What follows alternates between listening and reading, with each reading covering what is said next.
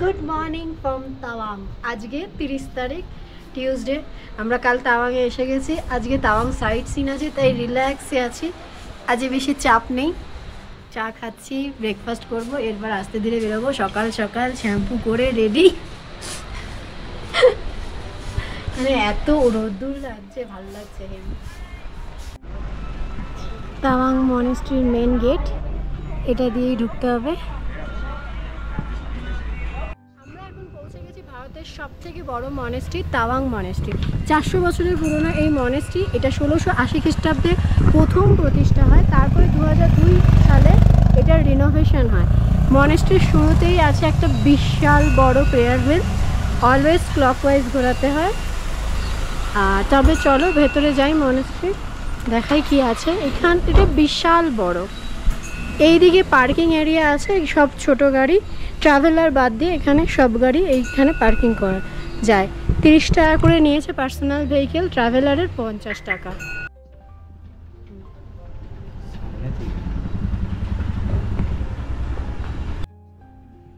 এটা আমরা তাওয়াং মনেস্ট্রি নামে চিনল।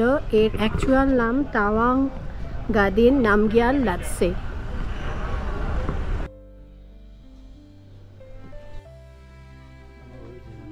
এইখানে অনেক ছোট ছোট ঘর আছে যেখানে মঙ্করা থাকে। পুরো একটা শহরের মতো এটা, রাস্তা গলি গলি, সেখানে অনেক ঘর। আর ওই ওপরে মনেস্ট্রি, মানে পুরোটাই মনেস্ট্রি, মেন প্রেয়ার জায়গা ওইখানটায়। এটা হচ্ছে centre for Buddhist cultural studies.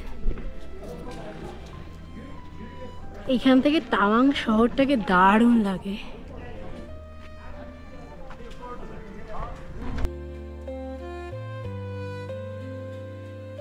এখানে একটা মিউজিয়াম আছে, 20 রুপিস টিকিট, কিন্তু এর ভেতর ফটোগ্রাফি ভিডিওগ্রাফি অ্যালাউ নয় অ্যাজ ইউজুয়াল।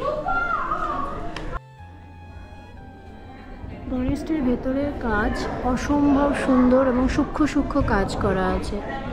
আর এখানে আছে 26 ফুট উঁচু ভগবান বুদ্ধের মূর্তি।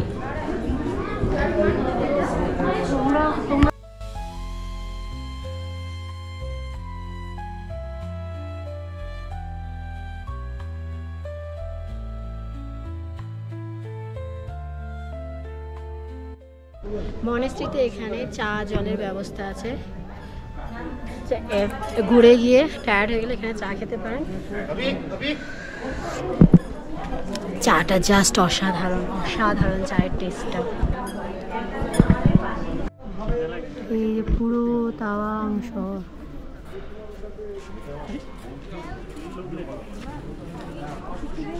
আমরা চলে এসেছি আমাদের নেক্সট স্টপ আপার তাওয়াং এর জায়েন্ট বুদ্ধ স্ট্যাচুর সামনে। 30 ফুট উঁচু এই বুদ্ধ স্ট্যাচু, বিশাল বড়। এই হচ্ছে চারদিকের ভিউ, হেভি হাওয়া চলছে।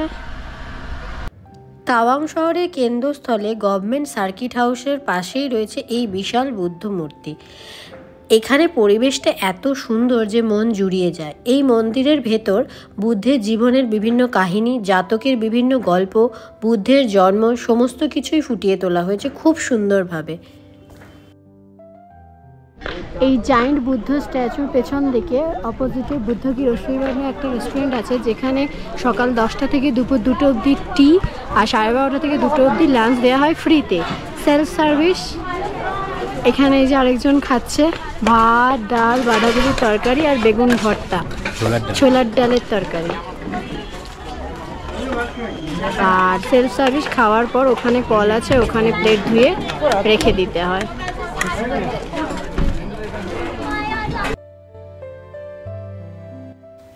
এই হচ্ছে তাওয়াং ওয়ার মেমোরিয়াল। 1962 সালের চীন ভারত যুদ্ধে শহীদ বীর সেনাদের স্মৃতির উদ্দেশ্যে বানানো হয়েছে এই ওয়ার মেমোরিয়াল। এখানে প্রতিদিন সন্ধ্যে 6টা থেকে লাইট অ্যান্ড সাউন্ড শো হয়। তাওয়াংয়ের ইতিহাস আর 1962 সালের যুদ্ধের ইতিহাস, সেটাকেই এখানে মেনলি দেখানো হয়। পুরো মেমোরিয়াল জুড়ে 32টা গ্রানাইটের ফলকে 2420 জন শহীদ বীর সৈনিকের নাম এবং তাদের রেজিমেন্ট সব লেখা আছে। আর এখানে এই রুমটাতে রাখা আছে সুবেদার জগিন্দর সিংয়ের চিতাভাষ্য। 400 বছর আগে তৈরি, তখনকার কোনো ছবি নেই। 1962 সালে তাওয়াং মনেস্ট্রির একটা ছবি এখানে রাখা আছে। ওয়ার মেমোরিয়ালের অপোজিটেই আছে বফ কাটিং মিউজিয়াম। এই মিউজিয়ামে ঢুকতে গেলে 70 টাকা করে এন্ট্রি টিকিট লাগে।